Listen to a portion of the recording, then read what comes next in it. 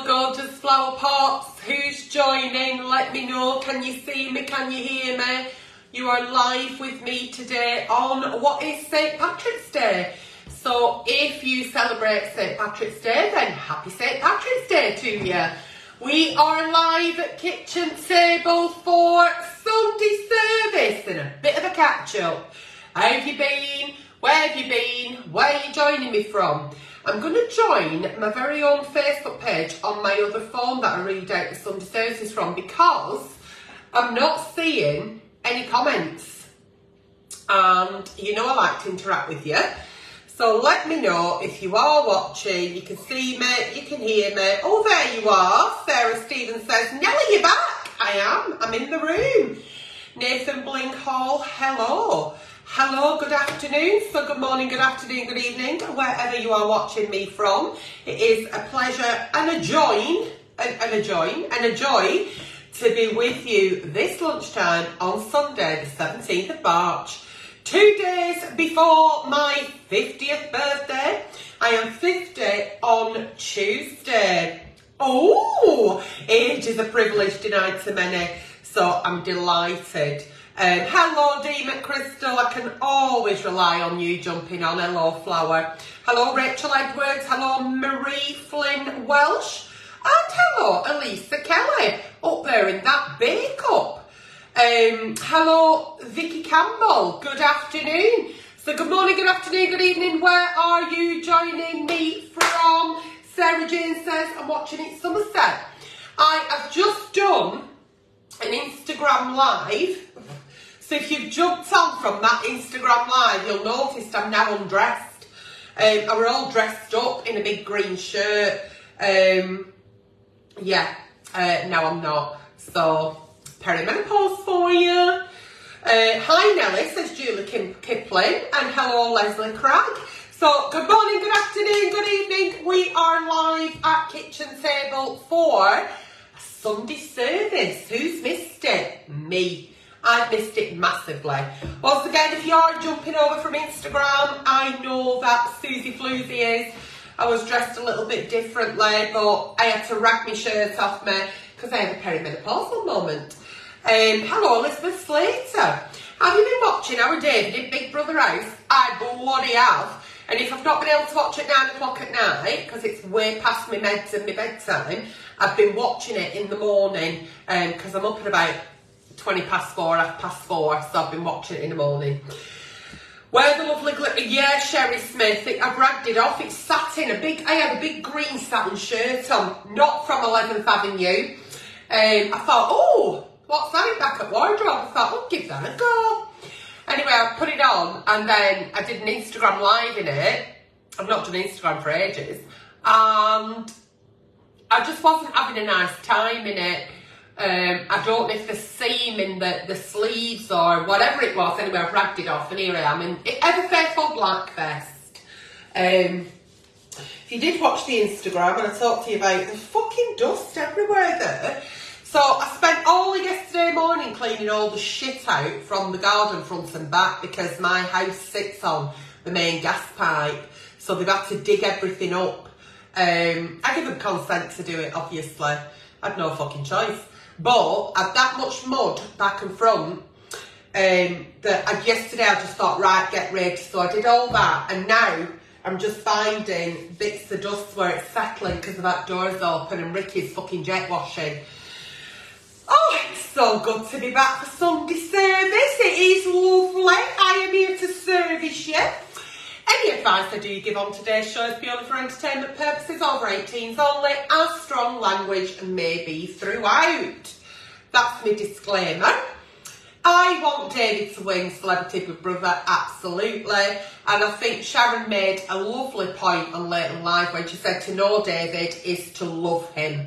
And I adore him. So, fingers crossed, I think he's doing an amazing job. I think he's doing a smashing job. Wherever David is, there is happiness and sunshine. So I'm missing my happiness and sunshine and can't wait to be with him when he's out the house. He has promised to do a night time with Nelly with me very, very soon. So I think the first comeback a night time with Nelly hopefully will be with the Celebrity Big Brother winner. That will be David. So there we go. What's been happening in Nellie's world took quite a lot of time out in 2023 because I was very poorly. I've now had my scan on Thursday, the DAX scan. If you've ever had a DAX scan, you'll know it looks for dopamine in the brain, and if your dopamine levels are low, you haven't got dopamine, that could be causing a whole load of neurological issues which I'm experiencing. So they did sort of look at every neurological problem, and we're just toying with one of the diagnoses now, so hopefully I'll be able to tell you what the diagnosis is soon, and we'll take it from there. So there we go. Good morning, good afternoon and good evening. Yeah, I'm feeling a lot better. I don't know how this Sunday service is going to be, because when my medication starts wearing off, I actually stop speaking mid-sentence. I forget what I'm speaking about. And I haven't done Sunday service, night time with Nellie, or any reviews for quite some time, simply because I've not been a well lady. I've had that hammer over my head waiting for that scan, I guess. It really took up all my thoughts. I isolated myself. I became a little bit like a hermit through my own choice. And I feel like now I've had the scan, I feel a bit brighter and better, but I don't know if that's because it's lighter outside in the morning, lighter of an evening. But yeah, I'm feeling a bit brighter. But I'm just going to give it a go and see how we go, because as you know, I don't know what you've sent me. I don't know what the Dear Auntie Nellies are. And my advice, like I say, is purely for entertainment purposes. It's off the cuff. I don't know how it's going to go. Am I a bit nervous? No. Am I a bit anxious? Kind of. But we'll give it a go. Yeah, so I'm looking forward to doing the Sunday service today with you, and I know you'll be ever so kind, because that's what my audience is, kind. I was actually talking to somebody a couple of weeks ago, and they asked about my flower pots, and they said what they like. I said they're all walks of life, all ages, all genders, or they may identify however they want to identify. I said, but they are so fucking fierce and protective over me. I said, God help a troll with my flower pots. So I do feel like I'm just sat with all my mates, and no matter what happens, it'll be right one day, because we've all got each other. Yeah, you've always got my back, and I've always got yours in giving you, hopefully, the best advice. I am still an agony aunt for Chat magazine here in the UK. That's like every Thursday, and I'm still an agony aunt for, let me get it right, That's Life New Zealand and Take a Break Australia, or it might be the other way around. Brain, kick in. I think that's it, yeah. So I have been an official agony aunt for these magazines for over 5 years now, and I think people forget that. So when people say, what is it that you do? And I go, well, I write for several magazines, I sometimes appear on TV, and I have my own business. Oh, what business have you got? And if you are following me at 11th Avenue Limited, which was born on the 9th of October of last year, then thank you, honest to God. But I also know that some of you might think that all I was doing was then selling clothes every day. Oh, here she is again with another fucking dress. Or I'm aware of that, and I understand why you may have thought that. But I concentrated on putting my finger in another pie, because I thought, I don't know where this health is going to go. I don't know how I'm going to be. I don't know what the diagnosis is going to be. So I opened up my own little business, and you love and support even when you don't buy. Just the fact that you're there is fine. I love it. I started that on the 9th of October, so I'm not just selling clothes every day. I'm going to come back to doing my Sunday services, my nighttime analysis, and my reviews is what you know me for. So, no, it's not Take a Break in the UK. We do have Take a Break, and That's Life in the UK, Karen. But the ones that I'm the agony aunt for are Australia and New Zealand. It's Chat magazine in the UK I do, but not Take a Break and That's Life in the UK. It's the Australian and New Zealand editorials. Okay. What else do I want to say? Yes, so 11th Avenue Limited was born on the 9th of October, was shipped worldwide, and I'm beyond proud of it.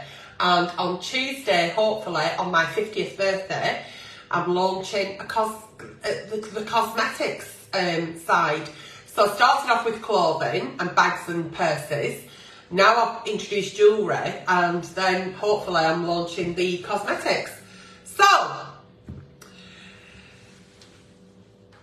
oh God, ask me a question because I can see your comments, because I forgot what we're doing. Thank you, Elaine Smith, that's very kind. Oh, Sunday service, yes, Sunday service. Fuck me, Pink. Yeah, that's why we're here, isn't it? So, yeah, it's been a while. I'm aware it's been a while, but we're here now. Oh my God, remember coming to your 40th? You did, Emily, you did. Let's not mention who you brought with you, but you did. We went to the Comedy Store in Manchester.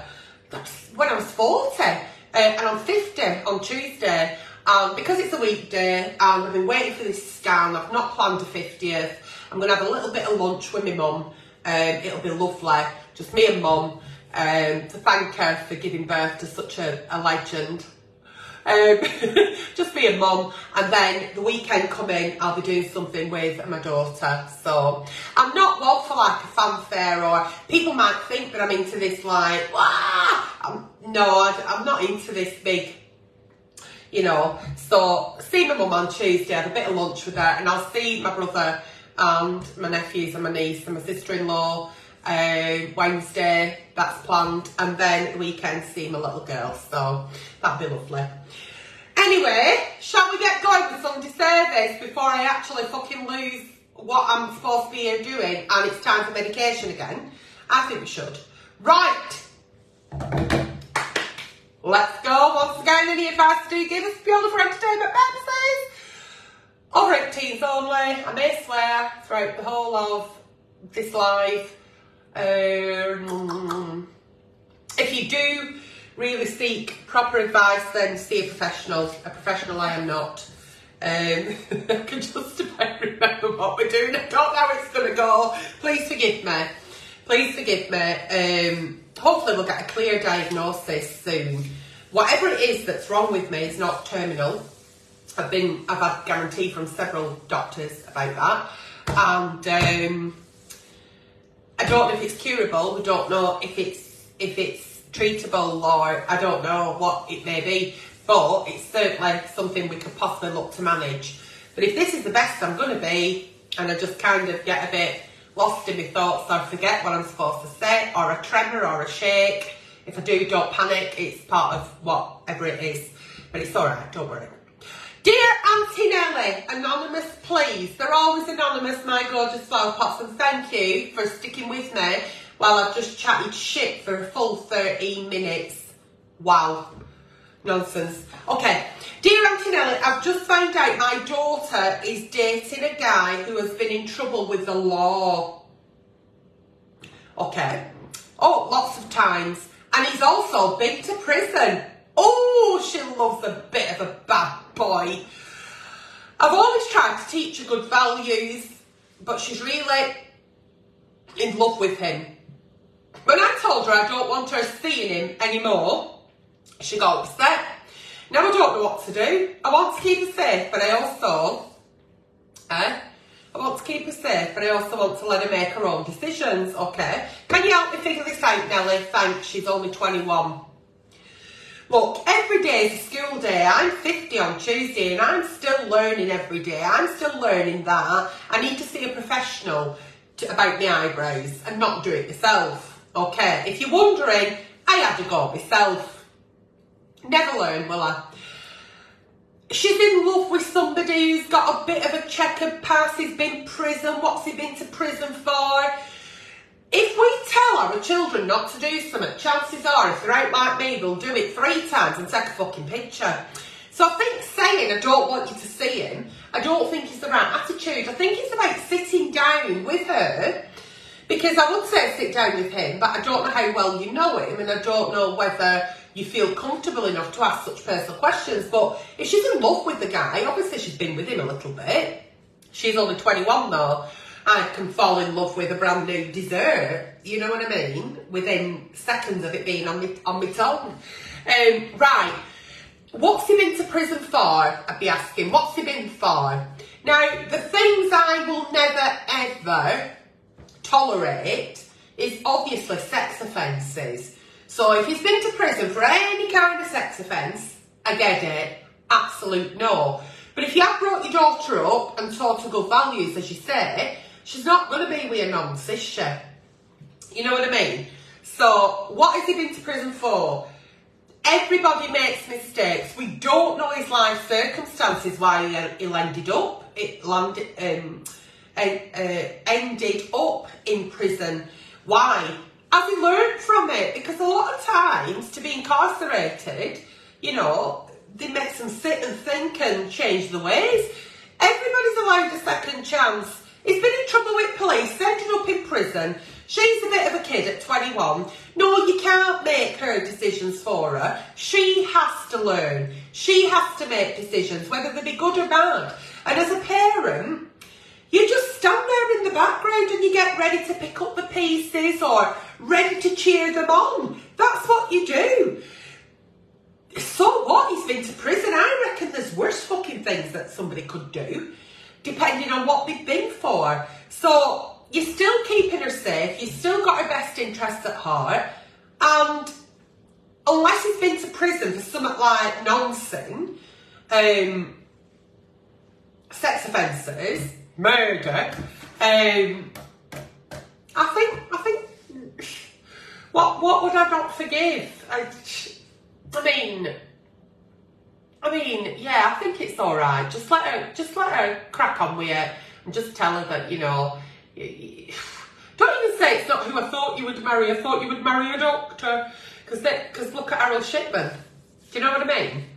So she's got to make her own decisions, and if he's a good man and he looks after her and he cares for her and you can see they're happy, yeah. Dear Auntie Nelly, my two daughters, oh, it's all about daughters. My two daughters absolutely hate each other. They hate each other. If one is at my house and the other one turns up, the other one leaves. Oh, it's driving me mad, and I'm finding it very, very, very, three verys, upsetting. I am about to celebrate my 60th birthday and would love them both to be there, but I know that's not going to happen, as they will not be in the same room as each other. I know it's not going to happen. Do I have to separate my celebrations and have two birthdays? Do I tell them to only come on certain days to my house? I don't even know why they no longer speak. When I asked, they said it's nothing to do with you, please help. Christ, I'm a fucking bad. Why can't I see comments? Flower pots help me a lot. I can't see nothing. Is anybody watching? I don't even know if you're here anymore. Two kids hate each other. You don't know why. Have you asked? Yeah, we asked, and they said, oh, I can see some love hearts, but I can't see comments. Bag of shit. Now, it's to do with you. Well, I think it is fucking to do with me when it's affecting me. So, hang on a fucking minute. Let's call them Lucy and fucking Lily. Lucy and Lily, stand by your beds.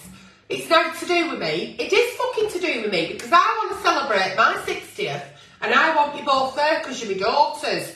So, unless I know what the fuck's been going on and what the good enough reason is as to why I should have two birthday parties, why you can only come on a Monday and your sister knows not to come on a Monday because you're coming on a fucking Monday, I think I'm entitled to know a bit of fucking something. What is it? Might not be able to prevent it happening. Well, you haven't prevented it happening because it's fucking happened. I might not be able to sort out what's happened, and maybe I don't want to sort out what's happened. You're grown fucking ass women, sort it out yourself. But in my company, and for the fact that I'm your mother and I give birth to you, I think you should put those differences aside. Should you, God forbid, walk into my house, you may not like the fact that the other's there, but at least be polite. Be polite, be cordial. And when it's my 60th, I'm not having two fucking birthdays, I'm having one, and you'll both come and you'll fucking like it. End of story, because I don't know why they don't speak if they don't want to be in each other's company, but if I didn't speak to my brother, I can't ever see that happening, but if I didn't speak to my brother and he were at my mum's and I rocked up, I doubt very much he'd walk out, and vice versa. We'd just be polite and cordial for mum. It's all about you, this, it's not about them. They need to shove that to one side. I think it's very fucking rude. Very rude. So that's the conversation I'd be having, and I don't care how old your kids are. They could be 47. You fucking tell them. Have a bit of respect and show some fucking decorum. Okay? Don't have two 60s. Have a celebration, have a meal, have a whatever you fucking want, and they'll both come and they'll both fucking like it. They don't have to stick together. Okay? Dear Auntie Nelly, I broke up with my partner of 2 years because she... Oh, Christ on a bike. Right, okay. I broke up with my partner of 2 years because she wanted to date other people. Okay. While still being with me. So they wanted an open relationship. I tried to make it work, but it's took a toll on my mental health. Eventually, I cheated on her with another girl. Now we are together, but I still have feelings for my ex, who's now moved on. I'm really confused. I'm really fucking confused. I'm confused and lost here. You were together for 2 years. She said, I love you, but can we date other people? You said, yeah, not a worry. And then you didn't, it weren't a worry, and it mentally affected you, so you split up. No, you didn't split up, did you? Right. Can we date other people? Yeah, let's give it a go. You didn't like it. It weren't sitting right with you, so you decided to cheat. Am I right? And now, whoever you cheated with, you're now in a relationship with, but you still kind of like really still love your ex. Yeah, right, okay. What a fucking mess. What a fucking hot mess that is. You didn't want to be in an open relationship because you can't imagine being with somebody else because you love your partner, but you'll go and cheat on them. Well, that's like fucking putting metal in fucking microwave, isn't it? You know not to do that. You don't want an open relationship, but you'll fucking cheat. So you don't want to do it out open, you'll do it in secret. It's not fucking hide and seek. Fuck's sake. Your partner's probably moved on, and it's not fair for you now to be with a girl that you cheated with and be pandering after someone else, because it sounds to me like it were a bit of like, what do they call it, rebound. It's not fair. It's not fair. So I don't think you're ready for a relationship. You need to get over the relationship that didn't work before you try out else. You know, you can't mop your floor if you've not fucking swept it. Do you know what I mean? You can't. It's just not going to work, and it's not fair. And this poor girl that's with you now, singing and dancing, doesn't even fucking know that while you're laid there with her, you're thinking of some fucker else. I think you need a clean canvas. You need to fuck off your relationship now. Stop thinking about your ex, because, to be honest with you, the fact that they wanted an open relationship and you didn't, things weren't quite tickety-boo. She was weighing up her options. You're not an option. You are the main thing. You're not a side dish, are you? You're the main thing. And you want to be someone's main thing, but I don't think you're ready to be that main thing right now, because I think you need to look at the relationship you're in, and I think it was a bit of a rebound where, if you're honest, get rid, work on yourself, find out who you are single, and what have you got to bring to the table. And if they don't match it, then eat alone. That's what I fucking do. Still eat for two, but you know, I do eat alone. Dear Auntie Nelly, my best friend has been trying to have a baby through IVF. Oh, but it hasn't worked yet. Okay, that's okay. She's down to her last attempt because it's so expensive. I believe so. She's about to take a pregnancy test. Oh, she might have done a pregnancy test. So we might, I don't know how old these are. But she's feeling cramps, like a period might be coming. Oh, heck. How can I be there for her during this stressful time? I know telling her to just relax won't help. Okay? But I want to support her in the right way. I love her so much and know she'll be an amazing mum. Can you help me out on how to support her? It sounds to me like you've got fucking high anxiety. And what I don't want you to do is direct your high anxiety on your best friend who you love the whole world and you want nothing but good things for. Sometimes we don't even have to talk about the IVF or the period cramps or the possibility that it might be a negative test. Just be there, just talk about EastEnders. Other soap operas are available, but EastEnders is the best in the world. Talk about other stuff, distract her mind, because I'm sure that her mind is all about, is it going to be positive? Can't afford another round, will we have to do a GoFundMe? She'll be feeling under immense pressure. So what I don't want is for your anxiety to transfer to her as well. Because it might be all you're talking about, it might be all you're thinking about. The fact that you've reached out and said, how can I do this, is brilliant, because what do we do? There's no rules, there's no guidebook, we don't know what to do, but just be there for your friend, regardless of what situation they're doing, what they're going through, whether it's IVF or an engagement or a breakup or a bereavement. You just be there for them and let them talk. Let them talk. Don't you talk, listen. Sometimes it's really important in a relationship, whether it's your best friend, your sibling, your neighbour, just to listen. So just relax. No, probably won't help if they've got high anxiety. And the fact that you've got high anxiety saying just relax won't help. But support her all you can. Let her know that you're there, no matter what. You know, drop little things off, let her know you're thinking about her, send her a daily little text, let her know you're thinking about her, tell her something funny, send her a funny meme, and listen, and just be there. I think just being there is support enough, and I wish her the best of luck. Apparently it is really expensive, so fingers crossed. If I've read this 12 months out and she's now sat there with a bundle of joy, let me know. Okay, dear Auntie Nelly, I have this friend who keeps copying everything I do. I've never struggled with this because nobody wants to copy me. Okay, it's really starting to bother me now. We used to be so close, but now I'm not sure how to handle it without ruining the friendship. I've changed careers a few years ago and went back to college. She did the same thing. She even went to the same college and chose the same career path as me. Now she's about to start at my job on placement. I mentioned thinking about moving to a new town. Bit dramatic.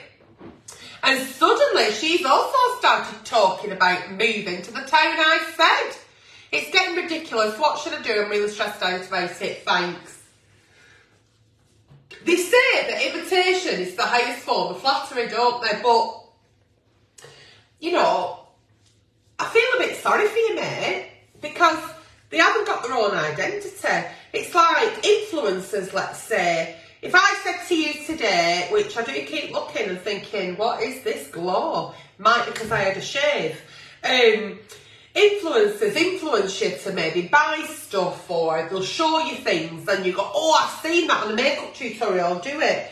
Maybe she's just not sure in life and she sees you as, rather than copying you, she sees you as somebody that she really looks up to and wants to imitate you because she really respects you, she thinks you're amazing, she wants to be like you. It's got to a stage where you're thinking, I don't give a shit about that. That's all very sweet at first, but now it's fucking ridiculous.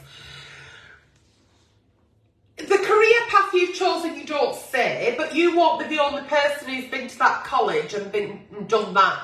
So does that mean that you've copied the ones before you? No. Maybe keep her at arm's length. Be careful what you say. If you're really looking to do something, you know, only tell her what you wanted to know. Don't pretend that you're moving to bloody, I don't know, so then she goes and tips up there and you're not there, because she'll just move back. I don't think you should have to move out of your home, your town, jobs, just because she's following you. I think you're sucking all the joy out of what you've done. Be proud of yourself. And the fact that she also wants to do that, she might not do it as well as you. She might do it better. Does it really matter? I think if she were colouring her hair same colour, wearing same glasses, trying to dress like me, her home replicated mine, we'd get a bit of single white female going on. But the fact that you might be like, oh, my job's brilliant, I loved it at college, I did this, I did that. She might think, do you know what? That sounds great, I'll give it a go. So unless she's actually duplicating you and your home and your car and your family life or whatever it may be, I wouldn't be that bothered. I guess it could be a little bit frustrating, get on your nerves a bit, but yeah, just let it go, sweetheart. There's enough room in the world for all of us, isn't there? And just be careful with your audience, be careful what you tell her in future, you know. That's it. Dear Auntie Nelly, a recent note. Start that again, shall we? Dear Auntie Nelly, a friend recently went out of their way to get me a great job after me having a tough time. I am so grateful. But now they've asked me, are you ready? It's a bit juicy. Now they've asked me to buy them an iPhone and a holiday as a thank you. They've also said that if I don't want to do this, I could just transfer a lump sum into their account. This is feeling really weird, especially the money part. How should I handle the situation without ruining our friendship? Hang on a minute. A friend recently, look at that, bingo wings, woo! A friend recently went out their way to help me. Right, okay, that's nice, that's what friends do. And they helped me get a job, right, that's good. You're grateful, right, okay. But now they've asked me, right, hiya friend, hello. Can you help me with this CV? Do you know anybody who works there? Can you help me with my interview? They're normal things to ask a friend. The interview, part of landing that great job is because they saw you, they read your CV, you probably did a presentation, whatever it may be, that your friend hasn't got the job, you got the job. So it's great that they helped you. Fabulous. Thank you. What a good friend you are. You know, I'd love to take you out for lunch for that and say thank you. That's normal. That's a normality that we'd have. Not because you got that right good job and I helped you. Can I have the new iPhone 15 and a 2-week holiday to Turkey? Can you fuck? Can you absolutely fuck? Fuck off, you cheeky bastard. Or, well, just give us a large. Can you just transfer a lump sum into their account? Can you fuck? You owe them nothing. Even a thank you is normally enough. Thank you. Do you know what? I really appreciate that. Thank you so very much. I couldn't have done it without you. Here's a bunch of flowers, here's a box of chocolates, here's a fucking tub of roses. I'd love to take you out for dinner to say thank you and let you know all about it.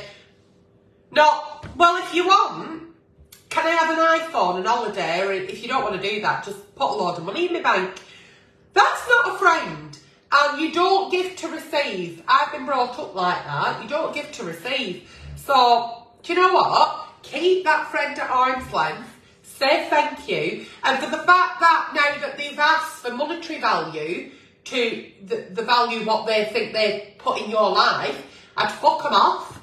I'd say thank you. Once again, I really appreciate it. Fucking block. Who the fuck needs friends like that? What a fucking weirdo. And I bet it made you feel a kind of way. A friend should never make you feel a kind of way. You owe them nothing.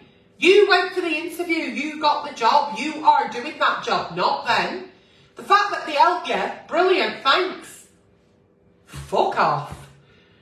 How should I handle the situation without ruining the friendship? The friendship's ruined. The friendship were ruined the minute they said, well, if you are that grateful, can I have an iPhone, a holiday, or some money? No, you fucking can't, you cheeky bastard. Dear Auntie Nat, the fucking cheeky little bastard. That's got me a bit. I mean, it's nice if you help somebody and they say, oh, here's a bunch of flowers or whatever, and you go, oh, you didn't have to. But if they come with a fucking iPhone and holiday, you'd be like, what the fuck? It didn't make me feel weird. I'd be like, you really didn't have to. Dear Auntie Nelly, I want to move in with my boyfriend. Oh, do you know? He owns a house. Oh, look at him on the property ladder. But he's not keen on idea. Alright, okay. Why? He thinks, alright, he thinks we should start fresh somewhere else. How can I convince them to move into the house he already lives in? Because I love it and I think it's a really good idea, thanks. I want to move in with my boyfriend, he owns it. Does he really want you to move in though, or is he just stalling? Is he using the fact that, well, I'd like us to get our own house, knowing that maybe you can't get a mortgage, maybe you're not old enough to get a mortgage, it doesn't say an age. It's quite a mature this, really. So he owns his own house, you like it, and you want to move in and play house. He's saying, no, because when we do get an house, if you get an house, do you even know if you're going to get an house? I'd like it to be somewhere where it's not this house, because you might live there with somebody else. He might not want you to be the second missus in the house. I don't fucking know. Does he even think that you're going to live together in future? Are you jumping gun a bit? Do you want to, you know what I mean? How can you convince him? I don't think you should convince anybody to do anything, because if you've had to convince them, then it's not natural, is it? Things should just naturally progress. Yeah, if you stay over a few nights a week and you've got your own little drawer, or you've got your own cleanser in bathroom that boys don't use, brilliant. But I won't be pushing to move in together unless it's a joint decision. Sounds like you've decided and he's like, oh, well, you know, I think it'd be better if we have a fresh start, meaning, fuck that, no, I'm alright as I am, Jack, you know, and if we ever do move in together, well, maybe it'll be somewhere else, maybe it won't be with you. Yeah, I don't think he's as keen. You're right, he's not as keen. No, he's not as keen. He don't want to move in with you. Stop it. Don't push it. See where it goes. Be aware that that's a little bit of a red flag, that he might not be as committed as what you are. Okay? And you shouldn't convince anybody, regardless of what the situation is, to live together, to get engaged, to get married, to have babies, to even be boyfriend, girlfriend, to even be exclusive. These things are something, as a couple, as a partnership, you should decide together. Okay. Dear Auntie Nelly, hello. Excuse-moi. I've just started a new job and I love it. It's close to home and my colleagues, I always think that word, colleagues, is right comical because I do read it as colleges in my head. And my colleagues, not colleges, are really nice. But they're all married and often go out for drinks together. Alright, are they married to each other? What do you mean? They invited me to celebrate another colleague's promotion, but I didn't want to go. I am happy for that. My brain doesn't work like it should, but this is fucked. Hang on. Started a new job, you love it. Woo! Everyone's married. They've invited you to go for drinks because somebody's been promoted. You didn't want to go, but you're still happy for that person who's been promoted, but you didn't want to go for personal reasons. The personal reason being you don't drink alcohol and you prefer staying in.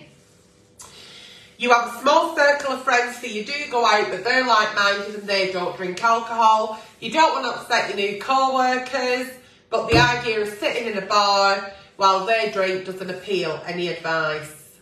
I don't really understand what the issue is here, because you do know that bars, restaurants, public places, they serve. Well, you'll go up and you'll say, can I have a Coke? And we'll go, it's Pepsi, is that alright? And I think Pepsi should rebrand with, it's Pepsi, is that alright? Fucking has to be, because you never do Coke, full fat Coke. Now and again you might see one in a bottle. Oh, and then it'll be a fucking Coke Zero and piss all over your chips. They do soft drinks. You could have a J2O, a Coca-Cola, an appetizer, a tonic water, a soda water. You could go show your face if you wanted.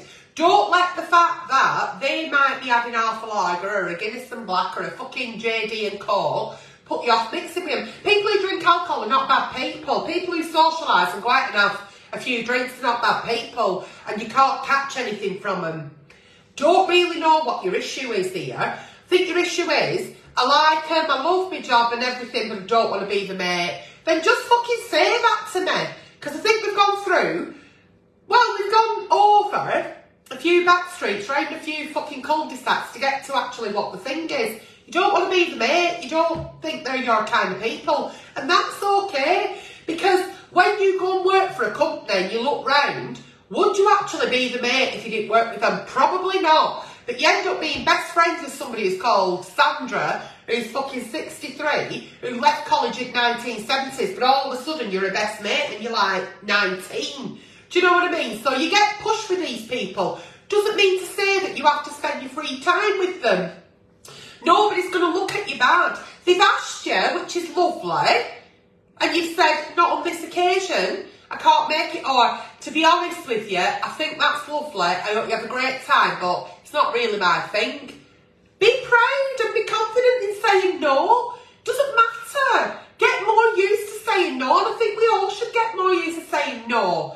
It doesn't matter. You don't have to celebrate someone's promotion by going out with them. Just go up to them and say, do you know what? Congratulations on your promotion. I think it's bloody belting. Oh, we're going for drinks. Do you want to come?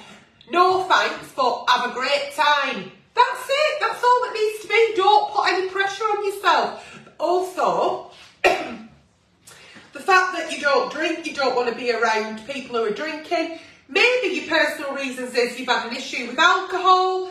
You've got some kind of trauma from alcohol, I get it. And you might not want to share that with your new colleagues because that could be quite personal. But it doesn't need to be a thing, and you don't need to make it a thing. So that's my advice to you. Just be polite in you know. Like, oh, I'm really happy for you, that's great, thanks for inviting me. But no, you don't have to say it because, just no. Full stop, walk away. That's it. That's that.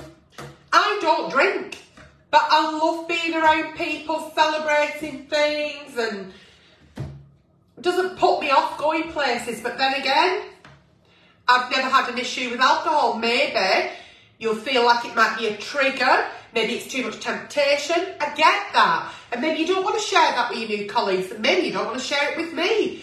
But yeah, you don't have to, and your own personal reasons should be your own personal reasons. I get that, and I respect that.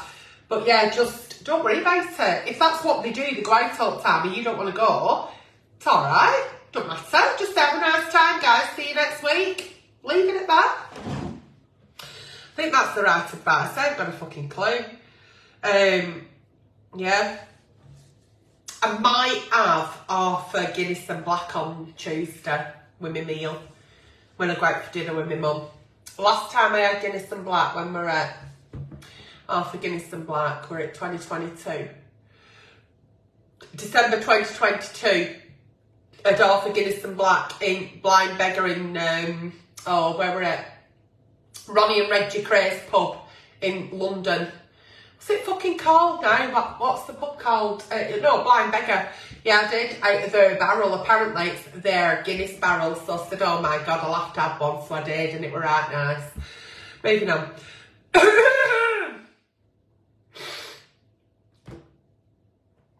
Dear Auntie Nelly, I've been away from my family for 20 years. Now I'm thinking of moving back home to live and work. I've always been scared of making big changes. I am a bit. And I haven't trusted my instincts because I feel like I'm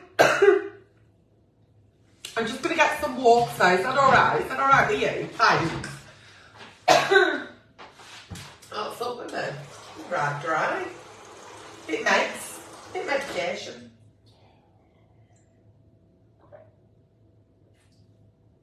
Oh, that's better. Oh, my bottle's here. I wonder where my bottle were with my little lipstick. Right. So, blah, blah, blah. I've felt lost and lonely for the last 7 years, especially last year. Oh, sweetheart. I know by moving home, I'd be better off financially. Oh, absolutely, you will. And I miss my family a lot, but I'm scared things won't work out. Should I take a leap and move home anyway, thanks? Well, it doesn't sound to me like you've much to lose. It sounds like you're going to gain. That's attractive, isn't it? Yeah, nice. Sounds to me like you're going to gain because you miss your family, so you'll be moving on to family. You're going to have more money in your pocket. That's a win-win, especially with if you live in England. We've got an absolute fucking clown in charge of us at the moment called Rishi Sunak. He's an absolute fucking bellend. So if you can save a bit of money, get it done.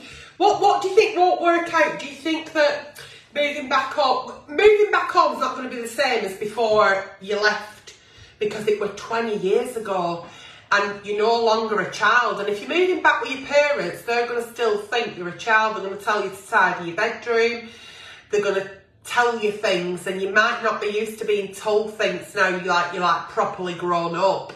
But you felt lost and lonely. Do you know what? It's always nice to go back to basics.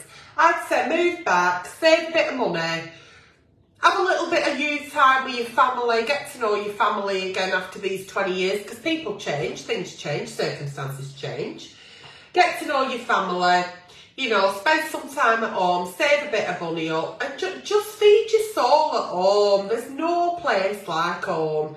And that'll fill your lost and lonely little soul up for a little bit until you decide what you want to do. And if you have financially gained by moving home, then you can move somewhere else on your own, but still close to home, so you don't lose that connection. Because I know that we've got FaceTime and all that nonsense, but it's not the same, is it, as popping in and having a brew? I mean, my Olivia lived down London for 11 years, and yeah, we'd FaceTime and message and all that nonsense, but we'd only ever see each other really on special occasions. But now she's 32 miles away, I can just pop in for a nice cup of coffee. It's lovely, it's nice to have your family around you, you know. We do get lonely, we do get lost, but we mustn't forget that, you know, we've got our parents in the background, like sat there like little hungry birds waiting to be fed by the children to give us some time. They're going to love you going home, and I think you should go on for a little bit, get yourself straight. Get back home, get them teas made for you, get them flapping about and looking after you for a bit. It'd be nice. Yeah, nice. Dear Auntie Nelly, I need some advice about my dating situation. I've been seeing a guy for over a year. At first, we both wanted to take things slow. We both came out of relationships. We talked for a while and felt a connection, so we started a physical relationship. Oh, now then. But then he started pulling back. Oh, Christ, right. Saying he wasn't ready for anything serious. Well, I didn't think either of you were ready for anything serious, were you? No. Both wanted to take things slow. Right, okay. So we decided to just be friends, and now you've entered it. All right. But then we kept going back and forth. We both like each other, but I'm getting mixed. Do you know, this is why I'm single. It's a fucking mess, is this. This is a head fuck. Right, we're getting mixed signals. I really like him, but I'm not sure if he's saying he likes me just because of the physical side. How should I handle this, especially since I don't want a serious relationship right now? So you don't want to be serious. You wanted to be serious, then you didn't want to be serious, then you don't want to be serious, and now you're upset that you're not serious. Hellfire. Right. Why don't you just be friends with benefits? Why don't you just say, listen, I don't want out serious, because he said, I don't want out serious, and you don't want out serious. So you can still like people that you sleep with without actually wanting to date them. I don't know if that's been lost in translation somewhere, but you can like somebody that you're physically intimate with and like the personality, like the character, find them quite funny, enjoy that time with them without actually being committed. You're allowed to do that. So allow yourself to not be serious with somebody that you like and enjoy physical time with. Yeah? And then if he does pull back and he says he doesn't want anything, say, well, neither do I, flower. Don't fucking flatter yourself.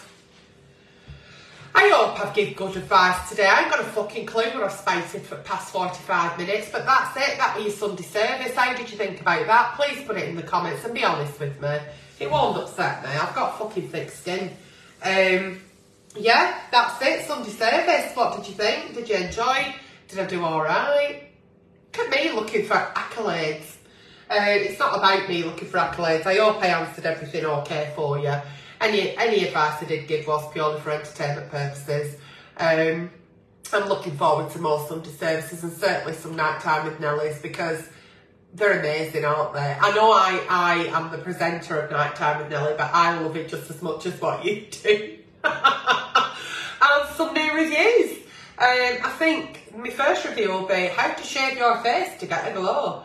It might actually be oil though, it might be sebum, so who knows? It might just be really greasy at the moment. I think it might just be oil. I have got oily combination skin. And that's that. So I hope you've enjoyed it as much as I have. Give me that like, give me that love, give me that share. Comment in the comments what you thought. And yeah, it's been an absolute pleasure, an absolute joy to be with you. Thanks for having me. And I will see you all very, very soon. We'll not leave it as long next time. Take care, flower pots, and thank you.